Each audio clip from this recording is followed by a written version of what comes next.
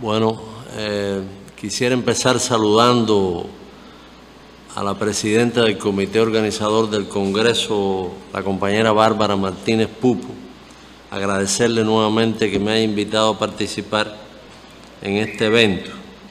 Estas notas que voy a leer y a comentar aquí las he titulado Guerra Cultural, Descolonización y Resistencia.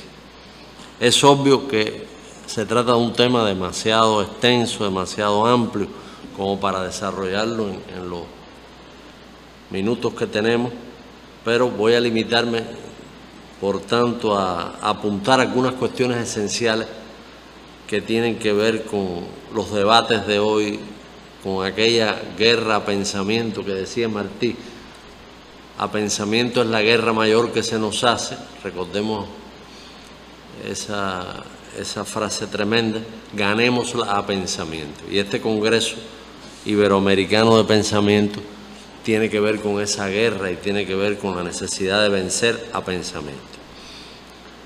Quiero empezar también recordando que hace 50 años Roberto Fernández Retamar publicó uno de sus ensayos más brillantes, de sus ensayos más agudos, más profundos, y además que tienen quizás la mayor vigencia entre todos los que publicó, que tienen todos una gran vigencia, pero este en particular, Caliban, que se publicó en 1971,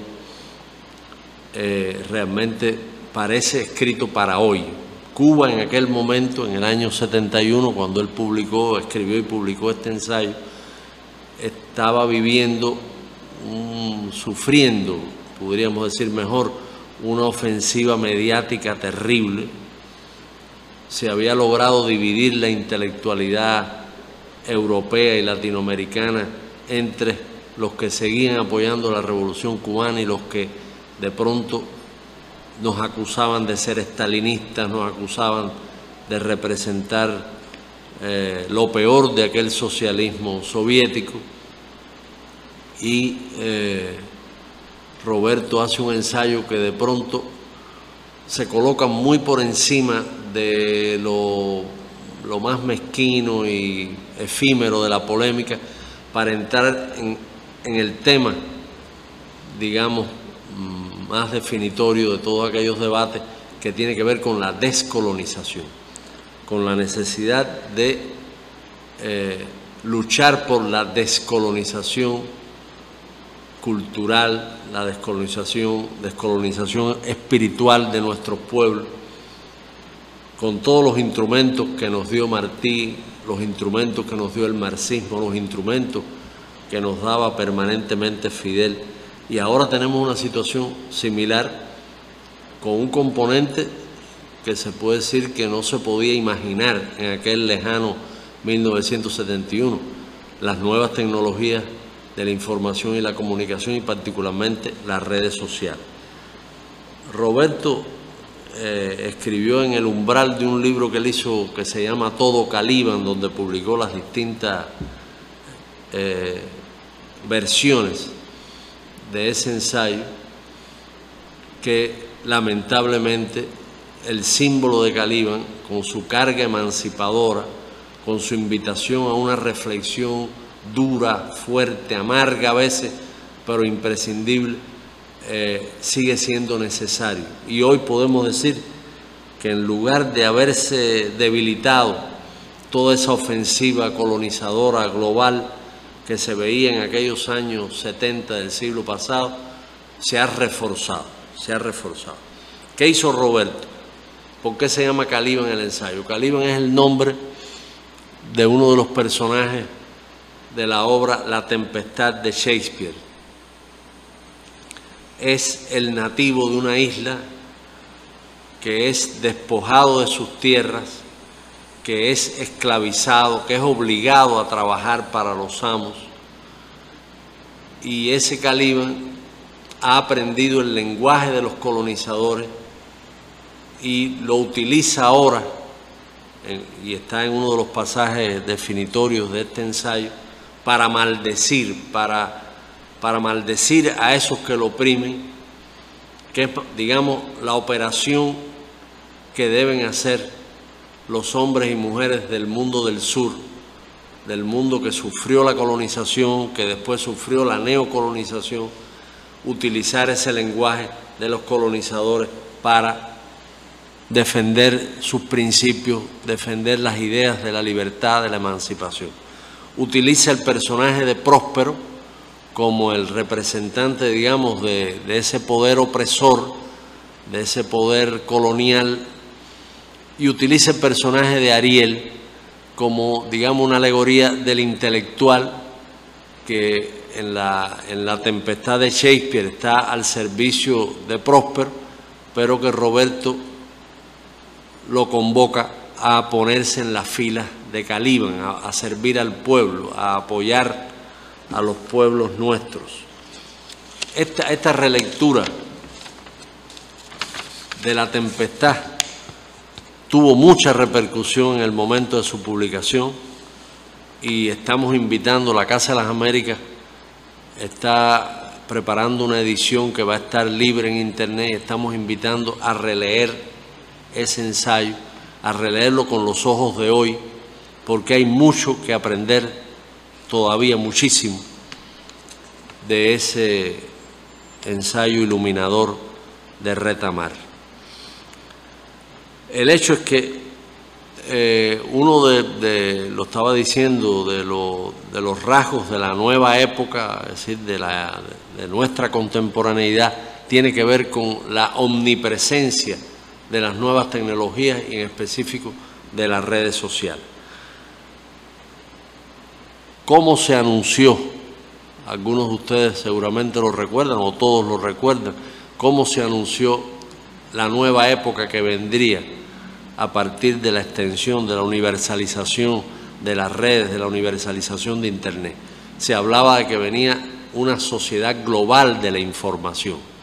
Era una especie de utopía, nos invitaban a estar permanentemente informados, a nutrirnos de ese conocimiento que iba a estar fluyendo continuamente en todas direcciones y a participar con nuestras ideas, con nuestras conclusiones, con nuestros puntos de vista en ese universo. El hombre, el ser humano, vamos a decir, el hombre y la mujer iban a ser más libres con estas tecnologías, iban a ser habitantes llenos de plenitud, de sabiduría, de conocimiento, protagónicos, esos hombres y mujeres de ese futuro que nunca llegó, de procesos culturales inéditos. Todas esas utopías, todas esas promesas se han ido derrumbando, se han ido diluyendo, nadie cree en eso ya.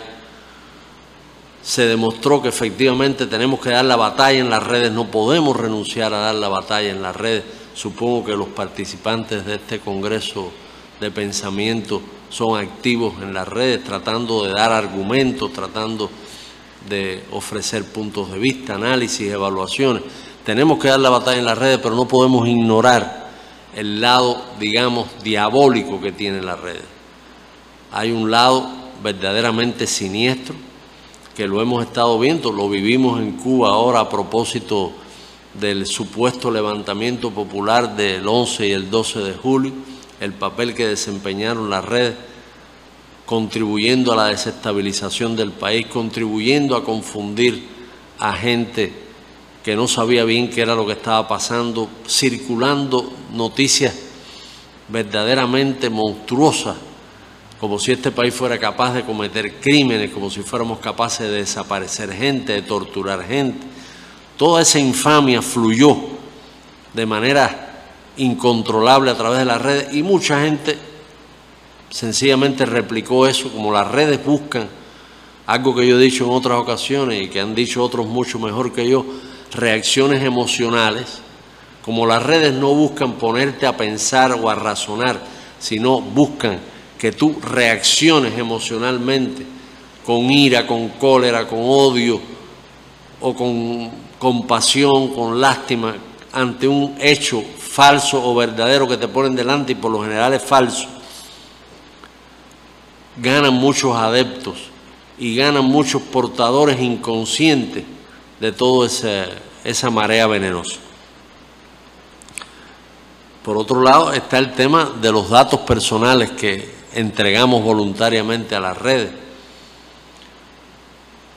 Desde que nos abrimos un perfil en las redes sociales, desde que nos piden un grupo de datos básicos, el nombre de tu mascota, qué día naciste, qué día piensas que te vas a morir, todo lo que te piden.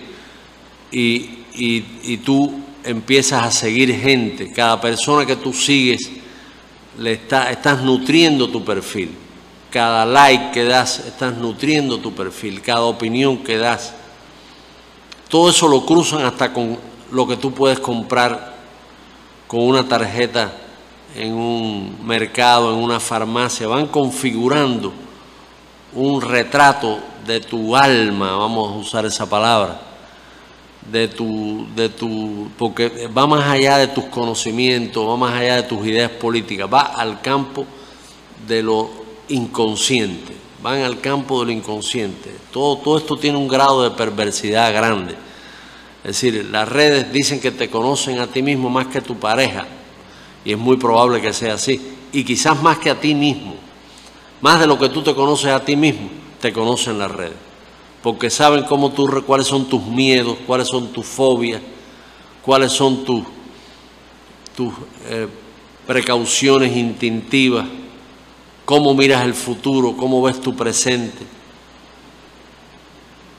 Si te sientes cómodo con tu vida, si te sientes frustrado, si te sientes resentido. Y van armando eso y te envían mensajes diferenciados según ese perfil.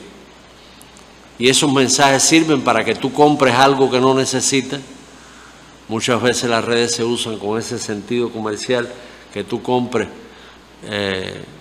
objetos, servicios para necesidades falsas, necesidades que te han creado, o para que tú votes por un candidato que no tiene nada que ver en las elecciones, para presidente o para gobernador o para alcalde. Tú votes por alguien que no tiene que ver con lo que tú necesitarías para que te representara en una instancia de gobierno determinada.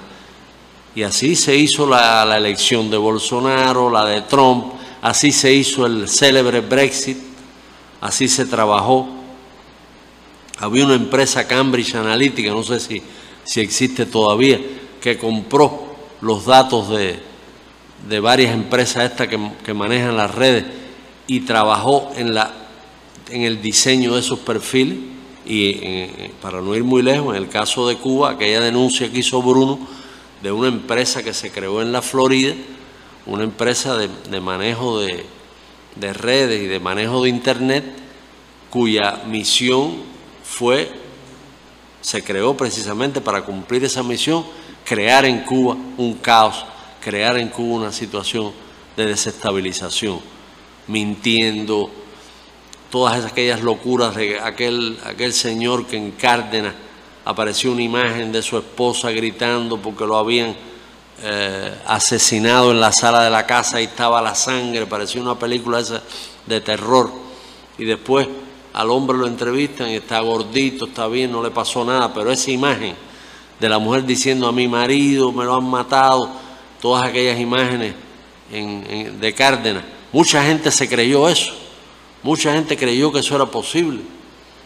La gente que creyó, cubanos emigrados que creyeron que aquí estábamos asesinando a niños, hay que estar realmente loco para creer eso, o hay que estar muy abierto a la mentira que estas redes fomentan. Yo creo que ese lado diabólico de las redes no lo podemos ignorar y tenemos que hacer lo posible para no colaborar con ese lado diabólico y utilizar las redes para llevar nuestra verdad, llevar nuestra vida cotidiana, llevar nuestra vida como ciudadanos de un país libre, de un país que ha escogido un destino y que nadie tiene derecho a arrebatárselo. Todos estos discursos de odio de los grupos neofascistas en Estados Unidos, en los que Trump tuvo mucha responsabilidad, el asalto al Capitolio de Washington, una cosa verdaderamente sin precedentes, todo eso tuvo que ver con las redes y con esos perfiles llenos de agitación primitiva, apelando a los peores instintos de la gente. El neofascismo hoy recluta sus adeptos en las redes. Por estos días fue el 12 de octubre y los neofascistas españoles y en general en la sociedad española se celebró como el Día de la Hispanidad y es el día del más siniestro genocidio, etnocidio, le puse yo en Twitter, porque realmente fue para los pueblos indígenas que habitaban este continente, fue una catástrofe a escala apocalíptica. En otros países se les llama, en Argentina creo, el Día del Respeto a la Diversidad Cultural, etc. Pero hay gente todavía que le llama Día de la Hispanidad y Día de la Raza. Aquella frasecita que yo aprendí cuando era un niño en la escuela, el Día de la Raza. Yo no sabía bien de qué raza el 12 de octubre, de qué raza estamos hablando. Todo eso es colonialismo. Ese es un día donde se vio, el 12 de octubre, donde se vio efectivamente cómo miraban hacia la historia muchos políticos, cómo miraban hacia la historia muchos líderes, cómo miraban los movimientos sociales. Vi con alegría que la gobernadora de la Ciudad de México anunció que iban a sustituir la estatua de Colón del Paseo de la Reforma por una estatua de una mujer indígena como símbolo de esas mujeres que sin duda fueron heroicas en cualquier papel que les haya tocado desempeñar ante aquel desastre. Yo creo que es muy importante tener en cuenta que las redes sociales tienen en ese lado diabólico una tendencia asociada a la división. Y en el caso de Cuba, con mucha malintención, con un especial interés en dividirnos, dividir a los amigos, dividir a las familias, dividir a los antiguos compañeros de estudio. Que la comunidad emigrada cubana, con la que el país ha mostrado siempre un interés especial por dialogar, por acercar. Recuerden aquellos eventos de la nación y la emigración, que incluso había uno que estaba programado, pero después la pandemia lo frustró y nos obligó a posponerlo. Con esa comunidad emigrada, hoy muchos emigrados cubanos que nunca fueron extremistas, que nunca tuvieron ningún tipo de histeria anticomunista, de pronto han sido como si se les hubiera montado un muerto, como dicen los espiritistas, un muerto obsesor, un espíritu obsesor. Eso se ha regado como la pólvora a través de las redes sociales. Y familias, tengo historias que me han contado algunos compañeros, de familias que se han dividido, de familiares que en Miami han roto con sus hermanos, con sus familiares en Cuba, porque de pronto se hace incompatible vivir en Cuba y vivir en el exterior. Y las redes, este es otro asunto que tiene que ver con el ensayo de Roberto. El ensayo de Roberto está todo el tiempo golpeando los estereotipos. Los estereotipos son esos esquemas simplificados que se hacen de procesos muchísimo más complejos, pero bueno, se hace de pronto un esquema simplificado sobre una persona, sobre una comunidad, sobre una nación, sobre un pueblo, sobre una clase social, y de pronto empiezan a moverse esos estereotipos. Las redes replican los estereotipos de la industria hegemónica del entretenimiento, y uno de la pareja de estereotipos que más se usa en las redes contra Cuba es el de los triunfadores y los perdedores. Esa pareja de triunfador-perdedor es muy típica de Hollywood y de las series y de los videojuegos y de toda esa industria del entretenimiento. ¿Cuántas películas hemos visto en que una muchacha le dice a alguien, un joven que se le acerca para invitarla a cenar o a lo que lo quisiera invitar, y ella le dice: tú eres un perdedor? No le dice: tú perdiste el mes pasado o la semana pasada, le dice: tú eres un perdedor, Perdedor como condición orgánica, intrínseca, como un fatalismo. Tú perteneces a la raza maldita de los perdedores. Eso es muy típico del mundo yanqui. Sobre esa pareja perdedores, ganadores, vamos a decir que se fundamenta todo ese sistema enloquecido, terrible, cruel, hacia esos llamados perdedores, hacia los débiles, hacia los que no han tenido ninguna ventaja en la vida, que han tenido que abrirse paso en condiciones muy difíciles. Pues bien, esa pareja perdedores, triunfadores, la tenemos nosotros aquí en las redes que hablan sobre Cuba, protagonizada por cubanos emigrados y también por cubanos que viven acá. ¿Quiénes son los triunfadores en esta fábula para Cuba? Son los que emigraron, los que eligieron el capitalismo, los que triunfaron, digamos, tuvieron éxito en un negocio, son felices, entre comillas. Ya, todos nosotros sabemos que la felicidad no tiene que ver con el dinero, pero ellos están convencidos de que sí. Y el gran mensaje de esta pareja de estereotipos es que el triunfador es triunfador porque tiene dinero, tiene éxito. Como se decía, una especie de dicho malévolo: el dinero no hace la felicidad, la compra hecha, decían. El dinero no hace la felicidad, la compra hecha. Eso es lo que pretenden que creamos todos nosotros. Entonces, son esos emigrados triunfadores, son los que escogieron el sistema que triunfó, el capitalismo. Y nosotros, los que hemos decidido quedarnos en Cuba, o los que viviendo fuera defendemos el socialismo cubano, que hay muchos emigrados cubanos que son muy patriotas y son realmente unos convencidos de que Cuba tiene que tener su propio destino, tiene que preservar su soberanía, no puede aceptar ningún tipo de condicionamiento externo. Somos los perdedores. Los perdedores hemos apostado al caballo cojo, al caballo lleno de mataduras, al caballo que va a llegar último a la meta. Esos somos nosotros, los perdedores. Esa es la dicotomía que nos presentan esquematizadas las redes. Y aquí caemos en algo, yo lo decía el otro día en un evento que tuvimos aquí el 8 de octubre sobre el Che y sus ideas en la transición socialista cubana. Yo lo decía aquí y recordaba a Fernando Martínez Heredia, un estudioso del Che, un profundo estudioso del Che y de nuestra historia revolucionaria. Fernando decía que la batalla entre capitalismo y socialismo se daba en un barrio, se daba en una casa, en una familia, se daba, por supuesto, desde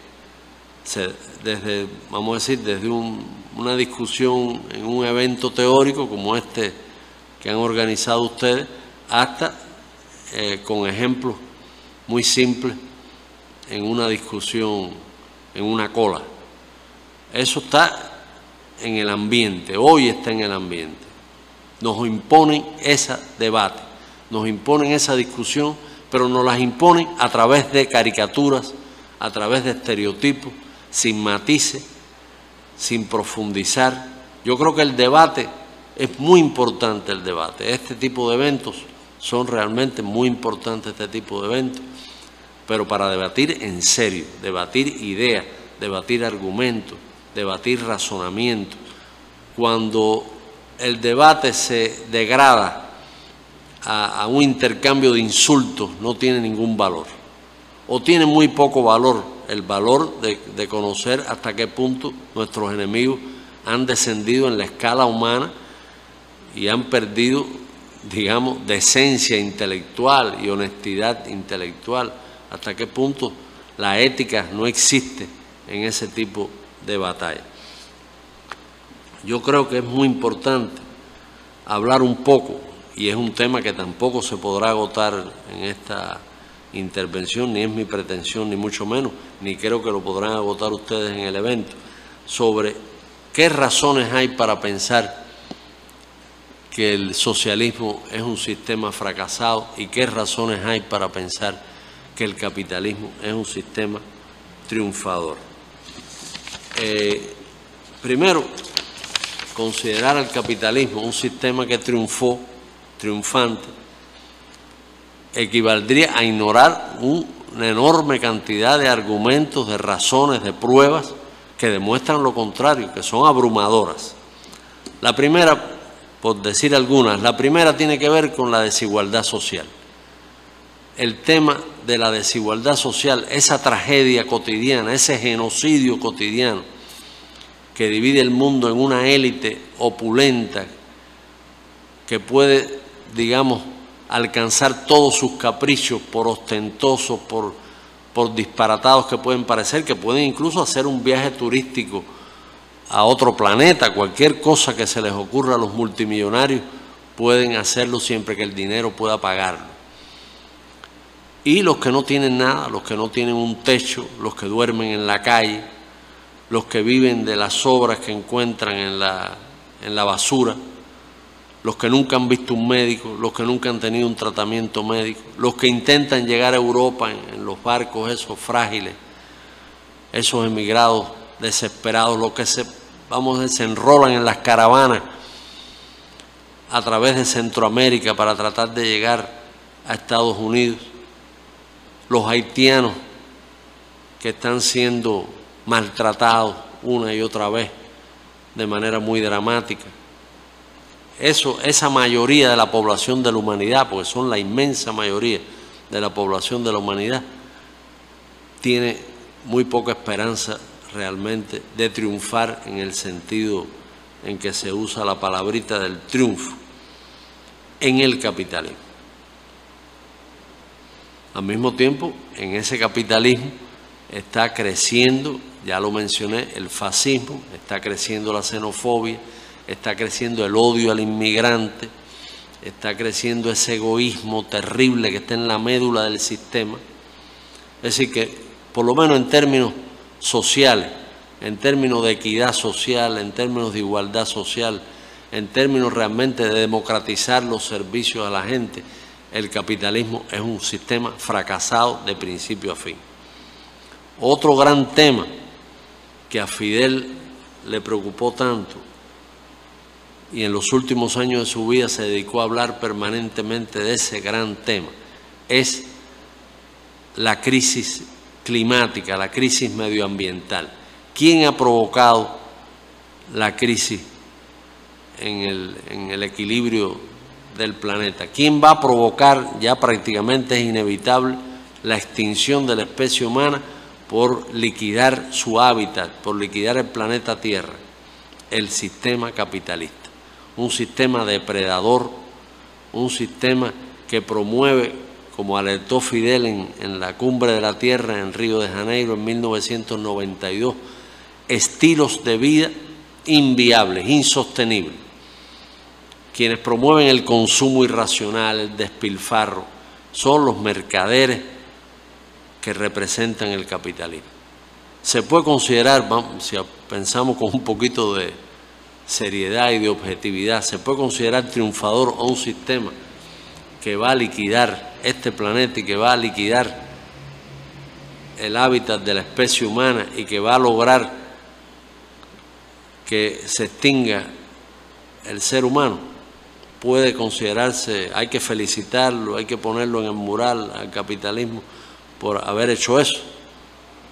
Yo creo que son razonamientos un poquito elementales que hay que explicárselos a la gente, porque hay gente que te habla, hay gente que habla del capitalismo con una ingenuidad y hay gente que habla que la solución para Cuba estaría en un regreso al capitalismo con una ingenuidad tan grande, sin darse cuenta que las primeras víctimas del capitalismo van a ser ellos, van a ser su familia, van a ser sus hijos, van a ser sus padres. Ahora, otro tema que muestra que el capitalismo tiene costuras muy obvias, muy evidentes, que no es para nada un sistema victorioso. La crisis política del capitalismo. ¿Qué hacen hoy los políticos en el mundo capitalista, obedecer a las corporaciones. Son empleados de las corporaciones, de las verdaderas dueñas del mundo. Esos grandes monopolios que son los verdaderos dueños del planeta. Esos políticos lo que hacen es sencillamente seguir las instrucciones de esas corporaciones, que les pagan bien, y cuando terminan un periodo presidencial, por ejemplo, los contratan a esas corporaciones. Lo que le llaman las puertas giratorias. ¿Qué son las puertas giratorias? Que tú estás hoy en la política y mañana estás en el sector privado, pero que te mantienes viviendo en el reino de las élites. Y si como político sirves a esas corporaciones, mejor va a ser el empleo que vas a obtener cuando termine tu periodo. Ahora, este sistema político capitalista, con todo esto que hablamos de las redes sociales y la manipulación de los votantes y la manipulación a partir de los datos recopilados por Facebook, por Twitter, por las redes, toda esa traición a la democracia más elemental. Se puede decir que ese es un sistema político sano, vigoroso, que se fundamenta en la voluntad de la población, en la voluntad de la mayoría del pueblo, en lo absoluto. La gente es manipulada hasta el punto de que han creado, yo creo que el gran triunfo del capitalismo en términos de manipulación ha sido esa criatura tan patética que es el pobre de derechas, es decir, el hombre pobre que vota por un candidato de ultraderecha que va a hacer, cuando tome el poder, todo lo contrario de lo que necesita él, de lo que necesita su gente, su clase, que lo va a oprimir más, que lo va a explotar más. Ese pobre de derecha es un ejemplo de hasta dónde pueden llegar estas maquinarias manipuladoras.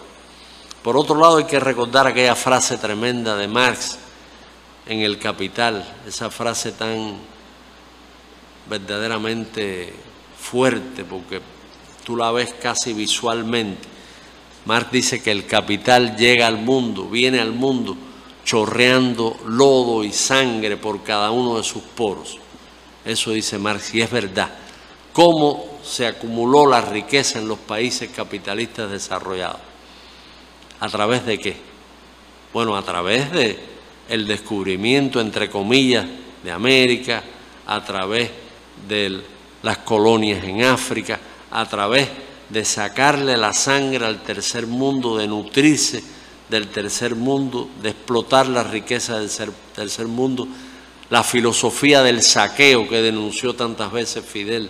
Eso es lo que ha dado prosperidad a esos países que hoy pretenden darnos lecciones de derechos humanos. La explotación, la sobreexplotación de la clase obrera, la sobreexplotación de niños, de mujeres, las maquilas que pagan salarios absolutamente simbólicos, por centavos tienen a gente trabajando 12, 13, 15 horas, incluso a niños trabajando en esas condiciones. Todo ese mundo espantoso del capital explotando todas sus potencialidades opresoras es terrible. Ahí está el genocidio asociado a la trata, a la esclavitud. Ahí están los chinos que vinieron a América en condiciones de semiesclavitud. Si estamos hablando de Estados Unidos, los inmigrantes que fueron a Estados Unidos buscando la tierra de la libertad y de la multiplicidad de oportunidades y empezaron a recibir salarios de miseria. Así creció el capitalismo, así se nutrió, así nutrió sus capitales de la miseria, de la humillación, del despojo, del saqueo. Ahora, el socialismo, vamos a hablar unos minutos del socialismo. Puede considerarse que el socialismo como experiencia histórica fracasó. Yo diría que fracasó un tipo de socialismo. Fracasó aquel socialismo que se gestó después de la gran revolución de octubre, con Lenin a la cabeza, en un país semifeudal, la Rusia zarista. De pronto aquellas masas hambreadas de obreros, campesinos, marineros, soldados, se lanzaron a, como dijo Marx de la Comuna de París, a tomar el cielo por asalto. Y lo tomaron e hicieron grandes cosas, grandes obras, y vencieron al fascismo. Esa es otra de las mentiras de toda esa maquinaria colonial de manipulación que también Roberto ataca con tanta fuerza y con tanta lucidez en Caliban. Han hecho creer a 2/3 de la humanidad, y no sé si me quedo corto, quizás a más, a 1% mayor de la humanidad, que los vencedores en la Segunda Guerra Mundial fueron los yanquis y sus aliados. Esos fueron los vencedores. El día D de Normandía, el famoso desembarco, fue el día en que se decidió la suerte de Hitler y del fascismo. Y eso es absolutamente falso. Realmente fue la Unión Soviética, a costa de 27 millones de muertos, de víctimas, quienes derrotaron el fascismo, quienes quebraron la maquinaria de guerra de Hitler, que había sido invencible hasta que se lanzó a tomar la Unión Soviética. Pero sencillamente, y eso fue el socialismo, era un país socialista. Ahora, ese país socialista cometió gravísimos errores. Sobre todo después de la muerte de Lenin cometieron errores gravísimos. Stalin cometió errores muy graves. Errores muy, muy graves. Incluso violatorios de los derechos humanos. Se puede decir con dolor, con amargura hay que decirlo. Excesos, violencia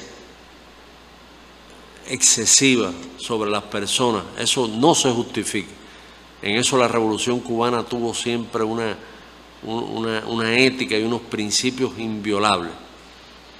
Fidel se enorgullecía de que aquí no se hubiera maltratado jamás un prisionero. Por eso cuando le decían de tortura, Fidel realmente se indignaba, se sentía herido en su orgullo como revolucionario y como martiano. Pero en aquel gran país se cometieron ese tipo de errores. Y se separó la dirigencia del pueblo. Las capas dirigentes se separaron de la población, algo que nunca ha ocurrido en Cuba, que nunca va a ocurrir en Cuba. Y se perdió, vamos a decir, la legitimidad en el campo de la subjetividad, que es un campo en el que hoy se da este debate de una manera tremenda. En el campo de la subjetividad, en aquellos países, la gente perdió la fe en las instituciones del socialismo, perdió la fe en el partido, perdió la fe en las instituciones creadas por el Estado socialista. Y eso fue quebrando, yo diría, cosas muy sensibles se fueron diluyendo, se fueron quebrando. Era un gigante con pies de barro. Estaba, por desgracia, herido de muerte. Y por otro lado, allí mismo, en el seno de esas sociedades socialistas, de la URSS, de Bulgaria, Checoslovaquia, el resto del campo socialista, se creó una idealización de Occidente. Se idealizó Occidente, perdieron la guerra simbólica con Occidente. Y bueno, por supuesto estuvo el papel del enemigo del socialismo, de las potencias capitalistas, con su propaganda, con su penetración, los traidores que los hubo, los simuladores que los hubo, y todo eso, al final, como dijo la frase esa tremenda de Fidel, tan dolorosa, un cubanismo muy doloroso, se desmerengó. Es decir, se desmerengó porque se deshizo blandamente, no tenía base sólida, se fue derrumbando blandamente, se desmerengó. Qué palabra tremenda de Fidel para hablar de aquella caída tan trágica para el mundo, porque aquel equilibrio del mundo por el que luchó Martí, por el que luchó Fidel, por el que luchó Chávez, aquel equilibrio del mundo se perdió y los triunfadores de la Guerra Fría tuvieron las manos libres para hacer y deshacer a su antojo. Pero las redes sociales, volviendo a este tema, que inevitablemente me imagino que sea un tema del Congreso de pensamiento, no es posible hablar hoy de pensamiento sin hablar de las redes, aunque haya poco de pensamiento en las redes. Lamentablemente las cápsulas que mueven las redes, que llamarles pensamiento es un poquito pretencioso, pero tienen un núcleo de ideas muchas veces asociadas a la desintegración de nuestros valores, y tienen también las ideas nuestras, pero que están en desventaja. Tenemos que lograr que algún día, con eficiencia, con inteligencia, con sabiduría, estemos en ventaja también en las redes. Pero ¿qué dicen las redes con respecto a la obra del socialismo cubano? Bueno, en primer lugar, muchos en las redes cultivan la nostalgia por una Cuba previa al 59 que nunca existió, una Cuba próspera. Se especializan en La Habana de los años 50, La Habana de los rascacielos, del Foxa, de Tropicana, La Habana de los casinos, de los prostíbulos de lujo, donde aquí venían las estrellas de Hollywood a estar un fin de semana divirtiéndose. Todo eso era muy lindo, tenía mucho glamour, la palabrita que se usa en esos casos. Esa era La Habana que idealizan, esa es La Habana que idealizan en las redes. Esos nostálgicos, entre comillas, realmente quieren que sintamos nostalgia por algo que no existió, porque está lo que Graciela en uno de sus artículos, Graciela Pogolotti, en uno de sus artículos de Juventud Rebelde le llama La Habana combatiente. Graciela en un artículo de Juventud Rebelde habló, seguramente refiriéndose a esta nostalgia que nos quieren inyectar a través de las redes por esa Habana, vamos a decir, absolutamente parcializada en su imagen, que nos venden, La Habana combatiente, a esa Habana de jóvenes de menos de 20 años, a lo sumo veinteañeros, que eran torturados, asesinados, que todos los días aparecían cadáveres de jóvenes de esta ciudad asesinados por los cuerpos represivos de Batista. Pero nadie habla de eso en esas redes. Nadie habla de los indigentes, nadie habla de los niños sin hogar, de los niños sin escuela, nadie habla de las 100.000 prostitutas que había en este país, que la mayoría estaban en La Habana. Nadie habla de los marines llegando, bajándose de los barcos para encaramarse en la estatua de Martí y humillarnos a todos y pasar una noche de juerga humillando a mujeres cubanas. Todo eso se excluye de esas estampas glamurosas. Y Graciela nos recuerda los crímenes. Ella dice que formaban parte del rostro oculto de La Habana, desconocido por los turistas que venían a clubes y casinos. Por cierto, la mafia, tampoco se habla de la presencia de la mafia en La Habana de los 50 y en la Cuba de los 50. Aquí la mafia invirtió mucho dinero en colaboración con el dictador y con sus acólitos y con otros empresarios americanos. Aquí había un plan que era desde el Hotel Riviera hasta Varadero, hacer toda una gran cadena de casinos y hoteles de lujo, de modo que esta fuera lo que sería después Las Vegas. La ciudad del pecado le llaman a Las Vegas. Bueno, La Habana estaba destinada por la mafia y por los vendepatrias de este país a convertirse en una Disneylandia de casinos, de prostíbulos, de placeres de este tipo, droga, todo eso. Y La Habana se iba a convertir en algo, en algo desfigurado, monstruoso. Recuerden que donde está la Universidad San Jerónimo había una terminal de helicópteros. Es decir, en el umbral de La Habana Vieja, de uno de los tesoros de la humanidad en términos arquitectónicos, pusieron un adefesio, que era una terminal de helicópteros en tiempos de Batista. Y eso hubo que disfrazarlo, Eusebio, con mucha habilidad, con su equipo, con arquitectos, constructores, restauradores, logró disfrazar ese adefesio y convertirlo en la Universidad de San Jerónimo. Pero La Habana hubiera sido una ciudad más de estas de América Latina, llena de rascacielos deshabitados que se construyen para lavar dinero. Todo ese boom inmobiliario tiene dinero sucio detrás. En los Pandora Papers, estos que están ahora discutiéndose mucho, hay mucha inversión inmobiliaria con dinero sucio. Y La Habana se hubiera convertido en esa caricatura, hubiera perdido lo que decía Lezama, la medida del hombre. Lezama decía que La Habana, por fortuna, tenía la medida humana, la medida del hombre, no era una ciudad monstruosa. Pero bueno, llegó el comandante y mandó a parar la canción de Carlos Pueblo y los mafiosos tuvieron que ir a fundar Las Vegas.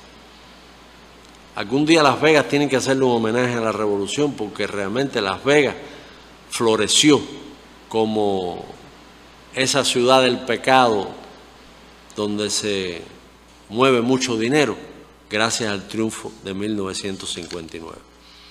Por otra parte está la idea de la libertad. Es una idea que repiten una y otra vez los que predican la posibilidad de que Cuba regrese al capitalismo como solución. En ese paraíso capitalista tú tienes toda la libertad para decidir qué rumbo dar a tu vida sin que el Estado intervenga, nadie te pondrá límites. Por supuesto, los límites los pone siempre el dinero, eso no te lo dicen. Para mí es muy triste, yo creo que cada persona debe tener el derecho de vivir donde estime conveniente y que no hay que, en lo absoluto, considerar la decisión de vivir fuera de Cuba como algo que nos traicione de algún modo, que traicione los principios de la revolución. Es una decisión individual y cada vez el país da más facilidades para que eso pueda ser así. Y se han hecho reformas en nuestras leyes migratorias para facilitar una comunicación entre los emigrados y los que viven en el país, facilitar el retorno de personas que quieren regresar a Cuba. Hay mucha gente que está un tiempo, hacen un negocio, intentan buscar dinero y después regresan. Pero bueno, yo creo que es muy triste. Conozco muchos amigos, gente muy querida para mí, que emigraron llenos de ilusiones, se habían hecho una profesión en el campo del arte, en el cine, en otras manifestaciones artísticas, tenían una profesión o tienen mucho talento, pero realmente han emigrado, algunos han tenido más suerte que otros, pero en general casi ninguno de ellos está ejercitando su profesión. Probablemente tengan condiciones materiales de vida muy superiores a las que podemos ofrecerles en Cuba, pero no tienen una realización profesional. Y eso nadie se los puede contar, es decir, lo que uno le diga a un joven que decidió hacer su proyecto de vida fuera del país va a ser inútil, le va a sonar a retórica hueca, es muy difícil con palabras, porque es un joven que tiene una cotidianidad difícil, que quisiera tener una casa y tiene que vivir con su suegra, que por lo general las suegras están satanizadas en los estereotipos, quizás a veces con razón, otras sin ella, pero bueno, recuerden que Obama vino a Cuba con su suegra, que fue un golpe magistral para ganarse el corazón de todas las suegras cubanas, porque nadie viaja con la suegra, pero él lo hizo, y fue algo muy hábil de su parte. Ahora, es triste que se produzca ese éxodo de jóvenes profesionales y sobre todo que se produzca a costa de la posibilidad de esos jóvenes de realmente realizarse como profesionales. Pero bueno, esto yo creo que el único camino es ensayo y error que cada profesional que quiera hacer su vida afuera lo intente, se esfuerce en lograrlo y que regrese si no lo logra. Este país no lo va a considerar un enemigo, a no ser que entre en la maquinaria anticubana. De todos modos, ya debo terminar, porque ya yo creo que me pasé del tiempo hace rato. Lo esencial es que hablan de libertad y no hay peor enemigo de la libertad que el capitalismo. Si vamos a hablar de la cultura, que es el terreno que mejor conozco, el capitalismo liquidó la canción Protesta, aquella canción emblemática de la que fue un ícono Bob Dylan, Joan Baez, bueno, los Pete Seeger, grandes, Bárbara Dane, todos esos grandes cantantes tuvieron que entrar por el aro. Algunos no lo han hecho, Joan Baez no lo ha hecho, pero hoy es una desconocida, por desgracia.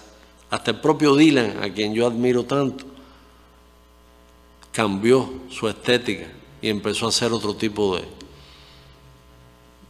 de canción con otro tipo de mensaje. Ahora es premio Nobel de literatura, ahora se puede permitir cualquier cosa. Antes también. Ahora, el mercado ha sido el censor por excelencia. El rap, ¿cómo nació el rap en los barrios negros de Nueva York? Un grito antirracista, un grito en reclamo de la oportunidad para los niños negros, para las personas que vivían en esos barrios hacinados. ¿En qué se convirtió luego el rap? Lo absorbió el mercado, lo convirtió en un mensaje light, un mensaje de disfruta la vida, disfruta el dinero, ponte cadenas de oro, móntate en automóviles deslumbrantes con 4 o 5 mujeres despampanantes. En eso convirtieron aquel mensaje tan auténtico, aquel mensaje tan fuerte. Pero sí lo hicieron, lo han hecho con la propia literatura, con la propia poesía. ¿Qué ha pasado con las editoriales en el mundo de hoy, con el capitalismo? Como todo es una mercancía, la literatura se ha convertido en una mercancía. Tú vas a una feria del libro y por cada libro de calidad te encuentras 100 que son de autoayuda, manuales de autoayuda, basura New Age, de esta, para que te comuniques con otras dimensiones, vamos a decir, con los extraterrestres o con los espíritus, con lo que tú quieras. Toda esa locura en un mundo de incertidumbre, en un mundo de tanta desesperación, al que la pandemia le ha colocado un ingrediente verdaderamente alucinante, recibe con mucha avidez ese tipo de mensajes del más allá, etc. Y vende, y siempre que venda es importante. Para el capitalismo, en cultura, vale lo que efectivamente tiene rentabilidad. Lo que no tiene rentabilidad, lo que no se vende, no le interesa en lo absoluto. Sin duda, la auténtica emancipación, podemos estar seguros de eso, es algo que solo se puede cumplir en el socialismo. En nuestro socialismo tenemos esas condiciones, tenemos que perfeccionarlo y lograr que esa emancipación sea patrimonio de todos los cubanos. Muchas gracias por la invitación.